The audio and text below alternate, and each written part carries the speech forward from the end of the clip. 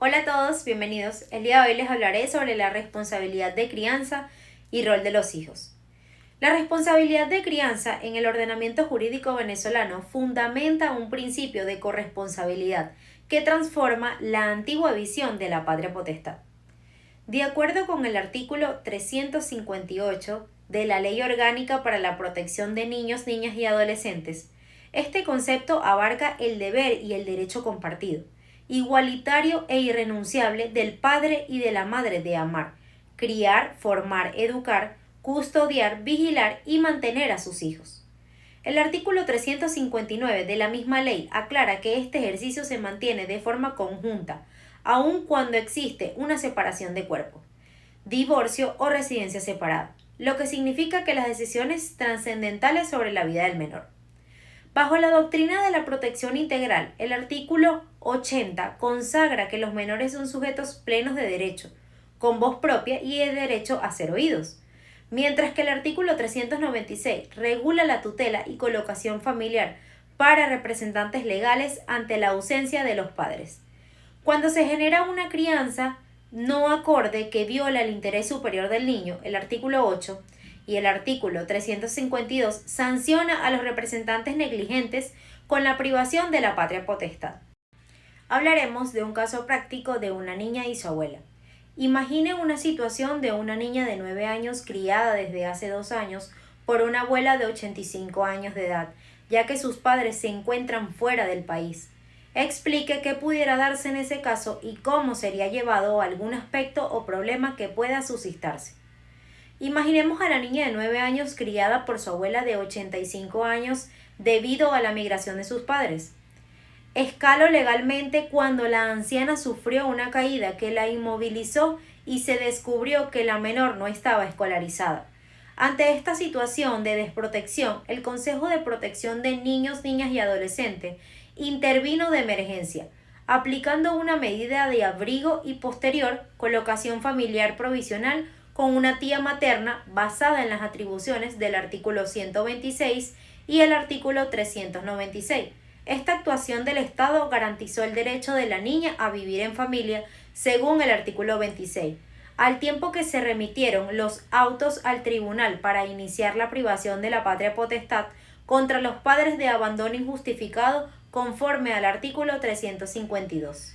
En respuesta al caso práctico de la niña y la abuela, debemos tener en cuenta de las instituciones de protección integral se definen y aplican bajo parámetros legales estrictos y obligatorios. La protección integral, regulada en los artículos 4, 7 y 8, potencia el desarrollo armónico del menor, considerándolo sujeto de derecho, siendo un ejemplo los planes públicos de vacunación obligatoria. El maltrato prohibido en el artículo 32 sanciona cualquier daño físico o psicológico como el uso de golpes o castigos humillantes, retirando al menor del peligro. Los derechos humanos universales y su doctrina específica, amparados en el artículo 78 constitucional, otorgan un doble estándar de protección adaptado a la infancia, como el derecho procesal del niño a ser escuchado a un juicio de custodia. Finalmente, la obligación de manutención, tipificada en los artículos 365 al 384, asegura el sustento económico del hijo mediante pensiones fijadas por un juez, cuyo incumplimiento acarrea el embargo de bienes o arresto. Vamos con un siguiente caso. Analice, explique las bases legales del siguiente caso suscitado en la ciudad de San Juan de los Morros, donde un niño de 11 años de edad visita con su abuela un establecimiento público de ventas de dulces, donas y demás postres. El niño se apoya jugando de una de las mesas de granito y ésta se cae, cayéndole encima al niño, quien se ve gravemente sufriendo grandes daños en su cabeza. Tenemos como respuesta: el accidente del niño de 11 años herido en la cabeza por una de las mesas de granito inestable en San Juan de los Morros configura una responsabilidad civil objetiva y contractual para los dueños del establecimiento. Según el artículo 1193 del Código Civil, el propietario es responsable de los daños causados por las cosas que tiene bajo su guarda, por lo que el comercio tenía la obligación mantener sus instalaciones debidamente ancladas. El menor está plenamente amparado por el artículo 32 de la LOMNA y el artículo 46 de la Constitución. lo que otorga a sus representantes el derecho de demandar la cobertura total de los gastos médicos e indemnizaciones por daño moral. Los dueños del negocio lo pondrían a exonerarse si demuestran judicialmente la culpa exclusiva de la víctima, mientras que la abuela mantiene un deber ordinario de vigilancia según el artículo 1190 del Código Civil, que no exime la negligencia de la infraestructura del local. En los procedimientos y recursos de protección integral, el sistema procesal venezolano establece mecanismos específicos para la defensa de la infancia.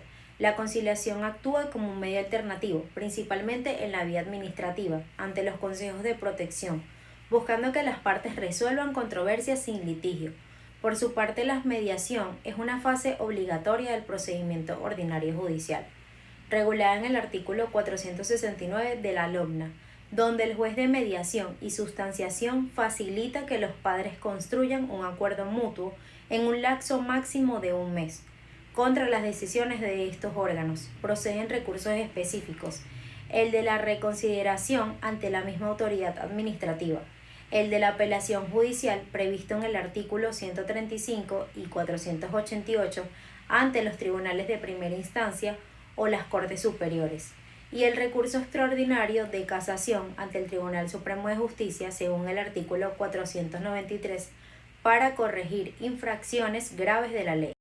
Ahora, como caso propio de aplicación procesal, traemos un ejemplo práctico de estos procedimientos que ocurren cuando un ciudadano llamado Andrés interpone una demanda de régimen de convivencia familiar ante el Tribunal de Protección, debido a que la madre de su hijo Luis, de 5 años, suspendió todo contacto físico y telefónico entre ellos por disputas económicas. Tras admitirse la causa penal o civil correspondiente, bajo el artículo 450, las partes comparecen a la audiencia preliminar obligatoria. En la fase de mediación amparada en el artículo 471 de la ley vigente, el juez y el equipo multidisciplinario logran que la madre comprenda que el derecho de visitas pertenece al menor y no a los adultos. Esto da como resultado la firma de un acuerdo formal con un calendario de visitas para fines de semana y vacaciones, el cual es homologado inmediatamente por el tribunal con fuerza de sentencia ejecutoria. Aspectos e instituciones de la convivencia familiar.